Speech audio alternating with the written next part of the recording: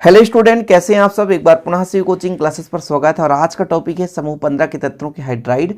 और इसका क्वेश्चन कैसे आता है, सबसे पहले ये समझना है कि समूह 15 के तत्वों का हाइड्राइड जो है उनका निम्न बिंदुओं के आधार पर उनके लक्षण को समझाइए। जैसे आ जाएगा ऊष्मीय स्थायित्व, समझ रहे ना, सह संयोजी प्रकृति, यह क्वेश्चन आ जाएगा बंधों की प्रकृति, यह क्वेश्चन आ जाएगा क्षारीय गुण, अपचायक गुण। तो ये निम्न बिंदु दे के रखेगा और उस बिंदु के आधार पर आपको 4 अंक का क्वेश्चन पूछा जाएगा और आपको लिखना रहेगा। तो बिल्कुल सिंपल तरीके से समझेंगे, बिल्कुल आपको रटना नहीं है, मात्र थोड़ा सा समझना है बहुत आसान तरीके से कि समूह 15 के तत्वों के हाइड्राइड कैसे और किस प्रकार से लिखना है। ठीक है, सबसे पहले बात करते हैं समूह 15 के तत्वों के मतलब कौन कौन से तत्व हैं उनके बारे में। तो nitrogen, phosphorus, arsenic, antimony, bismuth, ये चीज़ तो आपको याद होना चाहिए। नाना, पाटेकर, एस्टोरिया, शब, बिंदास। मास्कोबियम जो कि रेडियो एक्टिव तत्व है, जो बाद में जोड़ा गया, उसे आपको पढ़ने की जरूरत नहीं है। ठीक है, nitrogen, phosphorus, arsenic, antimony, bismuth, ये तो समूह 15 के तत्व हो गए। अब यदि हम बात करें कि इसके हाइड्राइड की, तो आपको लिखना पड़ेगा कि समूह 15 के सभी तत्व MH3 समान सूत्र के रूप में हाइड्राइड बनाते हैं। जहां M क्या है प्यारे बच्चों, जहां M आपका है 15वां समूह का तत्व है और H हाइड्रोजन है। जैसे MH3 से N से हो जाएगा NH3, P से हो जाएगा PH3, AS से हो जाएगा ASH3, फिर SB से SBH3, फिर आपका बिस्मथ से BiH3। तो अमोनिया हो जाएगा फास्फीन, आर्सीन, स्टेवीन, बिस्मथीन। तो ये आपको याद करना पड़ेगा। समूह 15 के 5 तत्व नाना, पाटेकर, ऐश्वर्या, शब, बिंदास। नाना, पाटेकर, ऐश्वर्या, शब, बिंदास। ना से नाइट्रोजन, फा से फास्फोरस, बी से फास्फोरस, आर्सेनिक, एंटीमनी, बिस्मथ। तो अमोनिया बन गया फास्फीन, आर्सीन, स्टेवीन, बिस्मथीन। तो ये 15 समूह के जो हाइड्राइड हो गए। ठीक है ना, क्लियर है ना। 15वें समूह तत्वों के हाइड्राइड MH3 प्रकार के। यदि ऑब्जेक्टिव टाइप में भी क्वेश्चन पूछ दिया जाए कि समूह 15 के तत्व निम्न में से किस आधार पर हाइड्राइड बनाते हैं, MH3, MH2, MH, MH5, तो MH3 प्रकार के हाइड्राइड बनाते हैं। इसका कारण होता है प्यारे बच्चों, क्योंकि इसके बाह्यतम को, जैसे नाइट्रोजन है, नाइट्रोजन के बाह्यतम को उसमें कितने इलेक्ट्रॉन होंगे, 7। तो 3 ये ग्रहण करने की क्षमता रखता है, इसलिए 3 हाइड्रोजन जोड़ सकता है। समझ रहे ना, नाइट्रोजन के बाह्यतम को उसमें 5 इलेक्ट्रॉन होंगे, 3 इसकी वैलेंसी होती है, तो 3 इलेक्ट्रॉन ग्रहण कर सकता है, मतलब 3 हाइड्रोजन जोड़ सकता है। तो सभी के सभी तत्वों के बाह्यतम कोष में 5 ही इलेक्ट्रॉन होंगे। 15वें समूह के सभी तत्वों के बाह्यतम कोष में 5 ही इलेक्ट्रॉन होंगे और सभी की कैपेसिटी है 3 इलेक्ट्रॉन मतलब ग्रहण करने की। समझ रहे ना, तो सभी के सभी 3 हाइड्रोजन ग्रहण करके MH3 प्रकार के हाइड्राइड बनाते हैं। इसके बाद बात करते हैं प्यारे बच्चों हम लक्षण के बारे में कि हमारे हाइड्राइडों के लक्षण कौन कौन से। तो पहला लक्षण है ऊष्मीय स्थायित्व। ठीक है, ऊष्मीय स्थायित्व, इसके बाद क्वथनांक है ना, अपचायक गुण, क्षारीय गुण। तो सबको आपको क्रम से देखना है। जो 4 ही आता है, इसके 4 हाइड्राइड के लक्षण आएंगे, 4, और वो दे के रखेगा। जैसे ऊष्मीय स्थायित्व या कि ना दिया रहे तो फिर आप टॉपिक बाई टॉपिक लिख लीजिएगा। देखिए, पहला नंबर है ऊष्मीय स्थायित्व। समूह में ऊपर से नीचे जाने पर हाइड्राइडों का ऊष्मीय स्थायित्व घटता जाता है, अर्थात ये कम तापक्रम पर अवघटित होने लगते हैं। कुल मिलाकर सिंपल है कि जब हम ऊपर से नीचे चलते हैं तो आपको पता होगा प्यारे बच्चों, हम आपको थोड़ा सा यहाँ पर बता दें, जब हम ऊपर से नीचे चलते हैं तो परमाणु के आकार में वृद्धि होती है।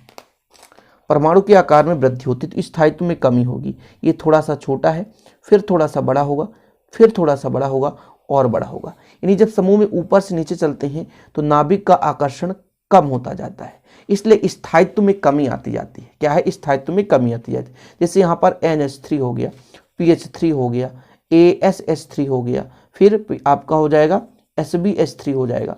तो इनमें जो आकार में बढ़ोतरी के कारण, यानी आकार में वृद्धि होने के कारण इनका स्थायित्व घटता है, इनका स्थायित्व घटता है। ठीक है ना, और स्थायित्व घट जाने के कारण पर बच्चों यहाँ पर हम कह सकते हैं कि कम तापक्रम पर भी अब घटित हो जाते हैं। जैसे आपका अमोनिया 1573 है यहाँ पर, और फास्फीन 813 है, आर्सेनिक मतलब यहाँ पे आर्सीन, स्टेवीन, फिर बिस्मथीन। तो इनका जो अब घटन तापक्रम है वो कम होता जाता है। एक ही कारण है, स्थायित्व में कमी आना मतलब आकर्षण कम होना। मैंने कहा ना, जैसे समूह से ऊपर से नीचे चलेंगे तो आकार में वृद्धि होगी, आकार में वृद्धि होने से नाभिक का आकर्षण कम होगा, नाभिक का आकर्षण कम होने के कारण पर बच्चों आसानी से अब घटित हो जाएगा। समझ रहे ना। चलिए, अगला पॉइंट है आपका क्वथनांक। क्वथनांक भी घटेगा। ठीक है ना, देखते हैं, कुछ घटता भी है, कुछ थोड़ा सा बढ़ता भी है, थोड़ा सा डिफरेंस रहेगा। क्वथनांक यहाँ पर देखेंगे कि अणुभार बढ़ने के साथ साथ हाइड्राइडों का क्वथनांक भी बढ़ता है। अणुभार बढ़ने के कारण क्वथनांक भी बढ़ जाएगा। अच्छा, इसमें बढ़ेगा, कारण है प्यारे बच्चों, जैसे एक कोष बढ़ता है लेकिन वहाँ पर इलेक्ट्रॉन की संख्या बढ़ती है, साथ में अणुभार बढ़ता है, इस कारण से क्वथनांक बढ़ जाएगा। अमोनिया का क्वथनांक अप्रत्याशित रूप से अधिक होने के कारण अणुओं का H बंध द्वारा संगुणन होता है, जबकि अन्य हाइड्राइडों में मात्र वान डर वाल्स सवाल कार्य करते हैं।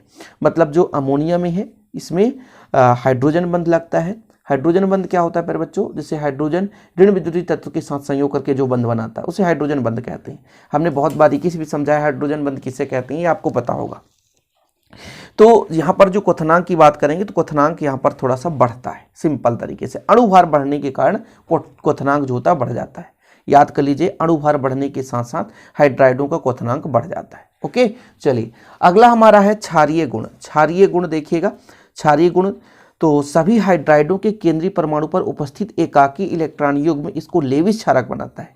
क्षारकता केंद्रीय परमाणु पर इलेक्ट्रॉन में के घनत्व पर निर्भर करता है, इसलिए NH3 की क्षारकता अधिक होती है और इसका क्रम है। अच्छा, यहाँ पर क्या कहा गया, केंद्रीय परमाणु एकाकी इलेक्ट्रॉन। एकाकी इलेक्ट्रॉन से मतलब क्या है प्यारे बच्चों, मैंने आपको यहाँ पर थोड़ा सा देखिएगा, जैसे मान लीजिए नाइट्रोजन है, नाइट्रोजन के बाह्यतम कोष में टोटल इलेक्ट्रॉन नाइट्रोजन के पास 7 होता है, तो पहले कोष में 2 इलेक्ट्रॉन भरेंगे, फिर 5 इलेक्ट्रॉन भरेंगे। ठीक है, यदि हम बात करें 1s2 2s2, फिर आपके पास 2p कितना हो जाएगा, 2 2 4 और 4 4 3 7 हो गया। तो ये आपका प्यारे बच्चों बाह्यतम कोष में कितना टोटल 5 इलेक्ट्रॉन है। 5 इलेक्ट्रॉन में ये आपका एकाकी इलेक्ट्रॉन है और ये 3 इलेक्ट्रॉन है जो कि बंध बनाते हैं। तो ये आपका लोन पेयर है। क्या है, लोन पेयर। ये एकाकी इलेक्ट्रॉन और इसी एकाकी इलेक्ट्रॉन युग्म के कारण क्षारकता प्रदर्शित होता है। यहाँ पर क्या बोला गया कि सभी हाइड्राइडों के केंद्रीय परमाणु पर उपस्थित एकाकी इलेक्ट्रॉन युग्म इसको लेविस क्षारक बनाता है। मतलब इसके क्षारकता का कारण क्या है, इसके केंद्र में उपस्थित लोन पेयर इलेक्ट्रॉन, एकाकी इलेक्ट्रॉन युग्म। एकाकी इलेक्ट्रॉन युग्म होते हैं जो कि बंध नहीं बनाते। मान लीजिए बाह्यतम कोष में 5 इलेक्ट्रॉन, 2 इलेक्ट्रॉन बंध नहीं बनाते हैं, तो वो जो एक जोड़ा जो बनेगा, 2 इलेक्ट्रॉन से एक जोड़ा बनेगा तो एक लोन पेयर बनेगा। तो यहां पर आप यदि यहां से एक ऑब्जेक्टिव क्वेश्चन बनता है, निम्न में से कौन सा प्रबल क्षारीय है ना, जैसे अमोनिया हो गया, फास्फीन हो गया, आर्सिन हो गया, स्टीबिन हो गया, बिस्मुथिन हो गया, तो प्रबल क्षार प्यारे बच्चों कौन सा है, NH3 अमोनिया। फिर घटता हुआ क्रम है, ये क्या है, घटता हुआ क्रम। अगला देखिए अपचायक गुण। अपचायक का मतलब दूसरे को अपचयित कर दे, खुद ऑक्सीकृत हो जाए। तो जिन हाइड्राइडों में हाइड्रोजन मुक्त करने की प्रवृत्ति अधिक होगी वह अपचायक भी अधिक होगा, समझ रहे, और जिसमें हाइड्रोजन प्रवृत्ति ग्रहण करने की प्रवृत्ति अधिक होगी वो कम अपचायक होगा। थोड़ा समझने की कोशिश की, इसको आपको रटना नहीं, बहुत सिंपल तरीके से समझोगे। देखिए कौन ज्यादा हाइड्रोजन त्याग सकता है, कौन ज्यादा हाइड्रोजन त्याग सकता है, आप ही बताओ। यहाँ पे है नाइट्रोजन, इसका आकार है छोटा, और नीचे आपका बिस्मथ, इसका आकार है बड़ा, इसमें भी हाइड्रोजन जोड़कर रखा है यहाँ भी, तो इसका नाभिक का आकर्षण कम होगा, इसका नाभिक का आकर्षण अधिक होगा। तो कौन ज्यादा हाइड्रोजन त्याग सकता है, तो ये आपका हाइड्रोजन सबसे ज्यादा त्यागेगा, क्योंकि नाभिक का जो आकर्षण है वो बहुत कम है ना, इसलिए हाइड्रोजन आसानी से निकल सकता है।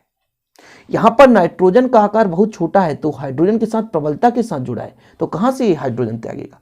लेकिन ये जो बिस्मथ का आकार बहुत बड़ा है प्यारे बच्चों, और नाभिक का आकार बड़ा होने के कारण, ये बिस्मथ का आकार बहुत बड़ा है और बिस्मथ के आकार बड़ा होने के कारण यहाँ से हाइड्रोजन रिलीज करना आसान होगा, बहुत सिंपल तरीके से हाइड्रोजन रिलीज कर देगा, समझ रहे हैं। तो अपचायक गुण की बात करें तो यदि हम ऊपर से नीचे चलेंगे तो अपचायक गुण में क्या होगी, वृद्धि होगी, क्योंकि जो जितना आसानी से हाइड्रोजन त्यागेगा वो उतना ज्यादा अपचायक गुण दर्शाएगा। साफ बोला गया है, जिन हाइड्राइडों में हाइड्रोजन मुक्त करने की प्रवृत्ति अधिक होती है वह अपचायक भी अधिक होगा, अपचायक अधिक होगा।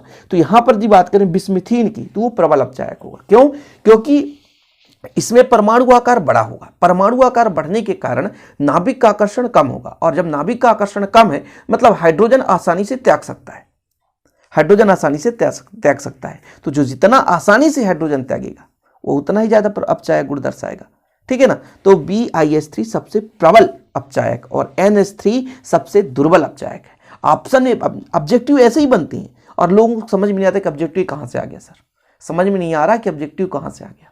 तो ऐसे चीजें आप लोग बिल्कुल भूल कर भी गलती ना करें। जब आप बेसिक पकड़ लेते हैं ना तो आसानी से किसी भी ऑब्जेक्टिव को कर पाते हैं, नहीं तो फिर आपको दिक्कत हो जाता है कि ऑब्जेक्टिव कहाँ से आ गया। ठीक है, चलिए विलेयता। NH3 जल में अत्यधिक विलेय है जबकि अन्य हाइड्राइड अविलेय होते हैं। इसका कारण होता है प्यारे बच्चों कि वही पदार्थ जल में विलय होता है जो हाइड्रोजन बंध का निर्माण करता है। क्योंकि अमोनिया हाइड्रोजन बंध का निर्माण करेगा, जल के साथ हाइड्रोजन बॉन्ड बनाएगा, इस कारण से वो विलय होता है।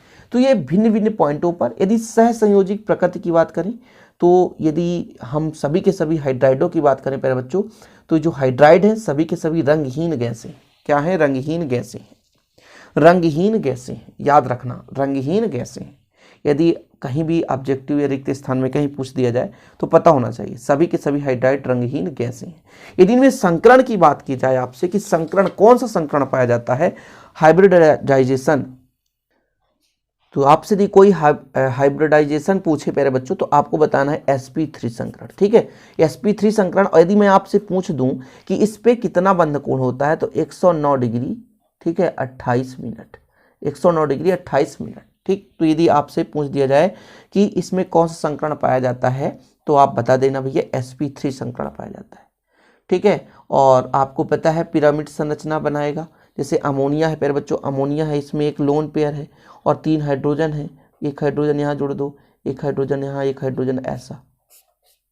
ठीक है, ये हो जाता है और यहाँ पे ऐसा। ठीक, तो यहाँ पर हालांकि आपसे पूछा नहीं जाएगा, लेकिन आपसे यदि कभी कोई पूछ दे प्यारे बच्चों तो आपको पता होना चाहिए किस प्रकार से। तो एक बार थोड़ा सा मैं यहाँ पे डायग्राम बना के दिखा देता हूँ इसका संरचना। ठीक है, जैसे यहाँ पे नाइट्रोजन है तो nitrogen lone pair H H H,